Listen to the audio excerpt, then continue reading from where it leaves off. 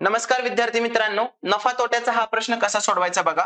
एक दुकानदार 10 रुपयाला 15 आंबे खरेदी करतो व 10 आंबे 15 रुपयाला विकतो. 15 आंब्यांची खरेदी किंमत किती आहे? 10 रुपये आणि 10 आंब्यांची विक्री किंमत किती आहे? 15 रुपये. मी दोन्ही आंब्यांना समान क्वांटिटी मध्ये रूपांतर करतो. 15 आणि 10 ला मी दोन्हीकडे 30 आंबे करू शकतो. 15 आंब्यांची किंमत 10 रुपये असेल तर 30 आंब्यांची खरेदी किंमत किती झाली? 20 रुपये.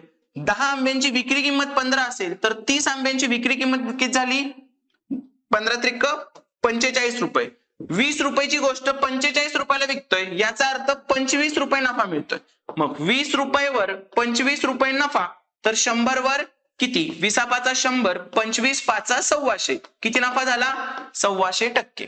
जर असंच तुम्हाला सूत्रांचा वापर न करता, एक्सचा न वापर करता गणित बुद्धिमत्ता शिकायचा असेल तर नक्कीच आपली फास्ट ट्रॅक बॅच जॉईन करा. तुम्हाला मार्क्स वाढवण्यासाठी याची मदत नक्की होईल. धन्यवाद.